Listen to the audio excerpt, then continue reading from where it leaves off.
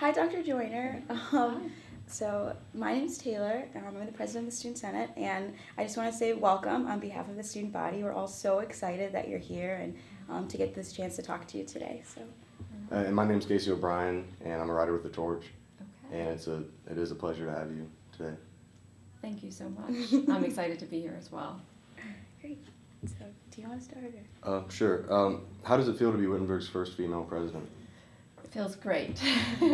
It feels terrific. I was asked this question already this morning, and I have to tell you, I haven't given a whole lot of thought about being the first female president, but I have given a lot of thought to the sorts of challenges and opportunities that Wittenberg faces, and have spent a great deal of time talking with the search committee and different members of the community about how my strengths and past experiences, I think, can help contribute to moving the institution forward. So, my focus has been a little bit different, but it's very exciting. And I think whenever you have someone from an underrepresented group in a leadership position, it's helpful because it raises more awareness about diversity issues. I think, I'm now in a position to serve as a role model for all sorts of groups that are underrepresented, and so I look forward to meeting everyone and getting to know the community better over time. Okay. Well, as Student Senate President, I'm obviously very interested in student government. Yes. So I'm wondering, how do you feel the role of students is, especially student government, in making policy in the university and how the university runs? What do you feel the student voice is, and how does that affect how you're going to run the university? Well, I consider myself incredibly student-centered. In fact, you will often hear me say, students are the reason I do this work, and I don't just say it, I mean it. And so for my administration, everything that we do, I will be asking the question, how does this impact students? How do students feel about this? So I think students really are at the center of the university, and I want us to be very mindful of that. And the only way we can truly understand your needs and your concerns is to be in dialogue with each other on a continuous basis. And of course, it's through student government, that's your governance system, that is the organized and easiest way for us to have that ongoing conversation. Yeah. So I think it's really, really important and critical. I also think it's really important for the president in particular to create all sorts of opportunities to interact with different segments of the student population, because as you both know, not everyone does become part of student government or part of Greek life or part of athletics. And it's important to me that all Wittenberg students really feel like they're a critical part of the community. So I do things like, now I have dominoes with the dean. I don't know, we'll have to think of something else for the president. That's awesome. Just to have informal conversations, whether it's in the Benjamin Prince house or whether it's I do it in residence halls now, just as a way for me to build relationships and to build community with students. And so I would hope to continue those sorts of things here at Wittenberg. And I also want students to be very comfortable coming to me directly if they're having trouble getting their needs met.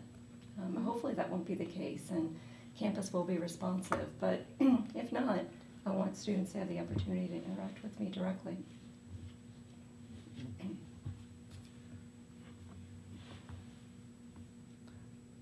What are your passions?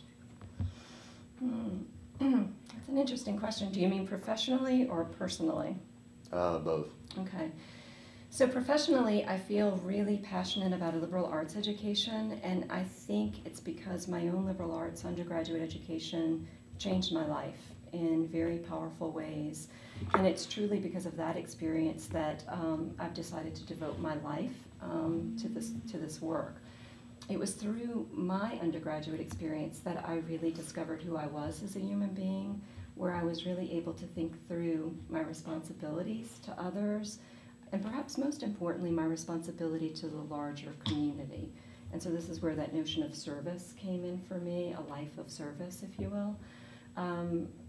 So professionally, I've really decided that that's my calling, if you will, that's my vocation, and I want to do everything I can to make sure that students like you have the opportunity to experience, to have that same sort of experience.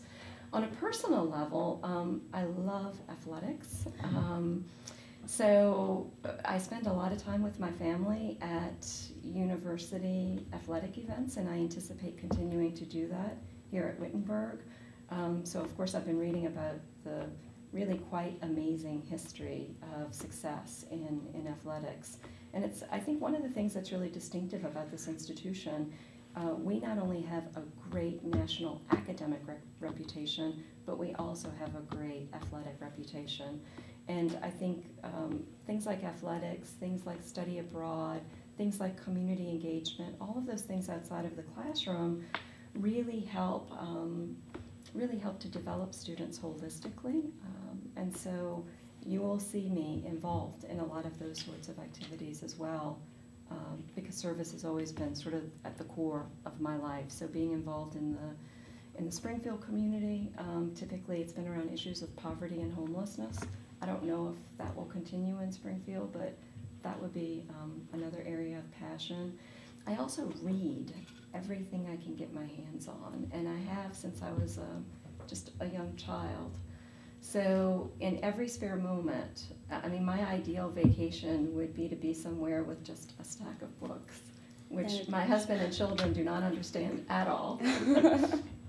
So I read a lot, and lately my reading has been mostly about this place. So, you know, the Kinnison book, Wittenberg, an American College. I've also read a wonderful book called The Gift and Task of Lutheran Higher Education by Christensen. And then my favorite leadership book, which I just reread for the third time, is called Heroic Leadership by Chris Lowney, Lowney. It's a fabulous book. Well, speaking of leadership, we have so many strong female leaders on our campus. You know, a few names come to mind, like Hannah Frank Larson, Brittany Rubico, Katie McLaughlin. So what advice would you give to these young leaders for after they leave college, even while in college? Well, I think obviously continuing to do what they're doing. My guess is that they are pursuing their passion and pursuing things that they really care about. I also think developing strong networks is critically important. So throughout my own career, I've been very blessed with wonderful mentors, both male and female, who have taught me a great deal in terms of technical things like, you know, academic administration, but they've also taught me a lot about political issues, which sometimes can actually be tougher than, you know, some of the technical stuff. So I think even when you leave your undergraduate institution and enter the world of work or graduate school, it's still really critical to try to maintain those strong connections with other strong individuals who share your same values, your same vision, because when the going gets tough, those are the people that you tend, or that I tend to still call on.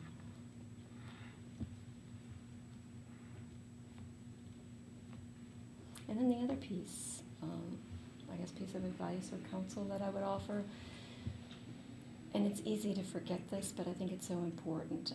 When you make progress in your own career or in your own life, it's so important to remember to reach back and help those behind you. And so, you know, especially some of our young leaders, I think, and this was the case for me as well, I think sometimes you can get so focused on your own next step that you can forget your responsibility to those around you. I think that's something we have to all be mindful of. And I'm especially mindful of it. I mean, when I became a dean or a provost, I always tried to really understand the passions of the people around me and tried to understand their aspirations so that as we worked together, I could help move them to where they wanted to be. And that would be my hope in the presidential role too, for students, faculty, and staff. You know, if you have a passion in a certain area and I can help you along, you know, pursue that passion successfully, what a wonderful gift for me, right? So always remember to help those behind you.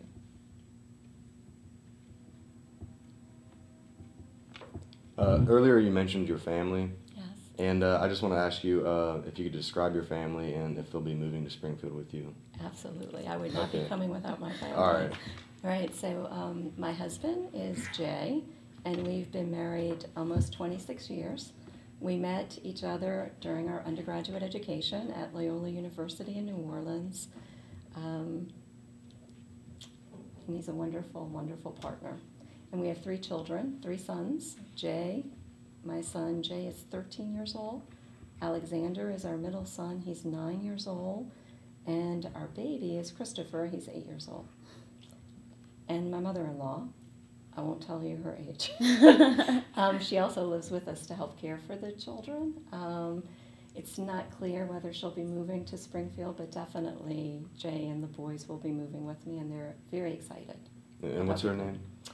Well, her nickname is Tootsie. That's what everybody calls her. Okay. Yeah.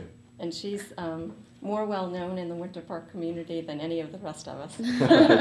She sort of gets around. She's a social butterfly. Okay. That's good. So we all know Wittenberg is a really special place, but what attracted you to Wittenberg? Why this place? Yeah, it's so easy. An inspiring mission definitely was the first piece. So I knew I wanted to be at a liberal arts institution for all the reasons I've shared already. And then when I read the mission statement, this notion of service and calling was just very near and dear to my heart. So that was the first thing that attracted me. And of course, great national reputation, great athletic reputation, those were positive things. But what really sold me on this place were the people. So, as I started to learn more, and I did lots of research, because it was as much a choice for me as it was for you. And as I did my research, what I saw was just incredibly talented and passionate students and alums, a distinguished faculty who cares so deeply about teaching and learning, and that came out in every single meeting. You could see it in, what I'm talking about, you can see it in their eyes. You can't fake that, right? And also just an incredibly dedicated staff.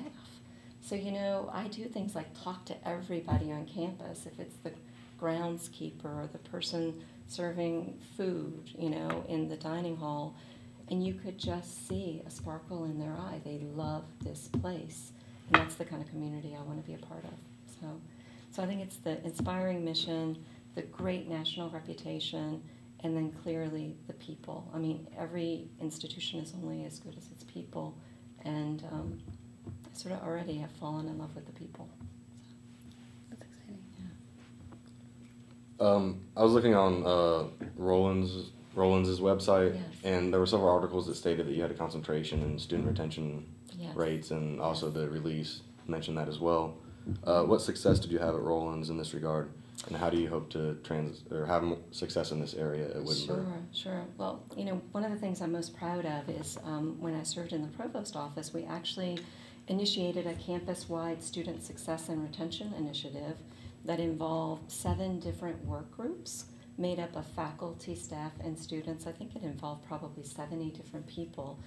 And what we did was we left it very open. We just said, this is our first to second year retention rate, and this is the first to second year retention rate for some of our peer and aspirant schools. What do you think are some of the short-term things we can do that would most effectively help students be engaged and stay at the institution? And so they came up with, 4 or 5 priorities each, and then I brought it back to a larger campus-wide task force. We prioritized those action items, and then we spent the last year implementing them. We won't really know the results until October 1st of this year, because that will be the first full year.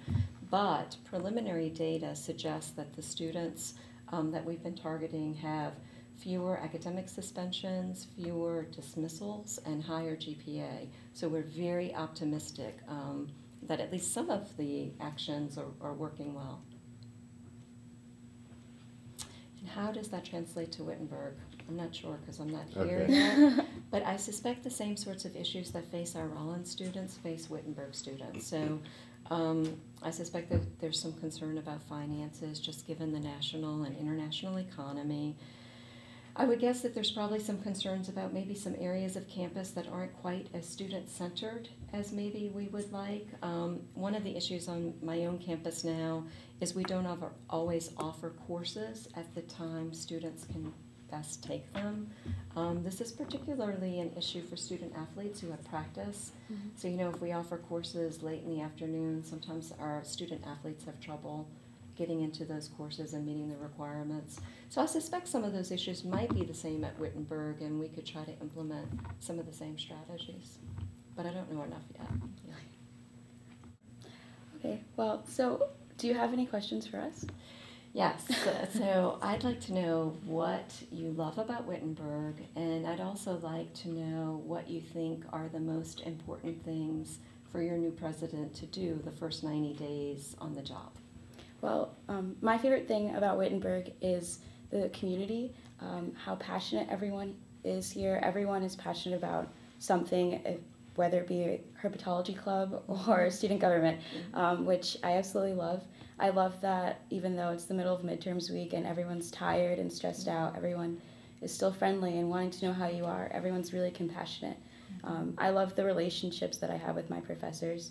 My advisor and I go and get coffee together and talk about life, and that's just a wonderful thing to me. So I also love the opportunities for growth.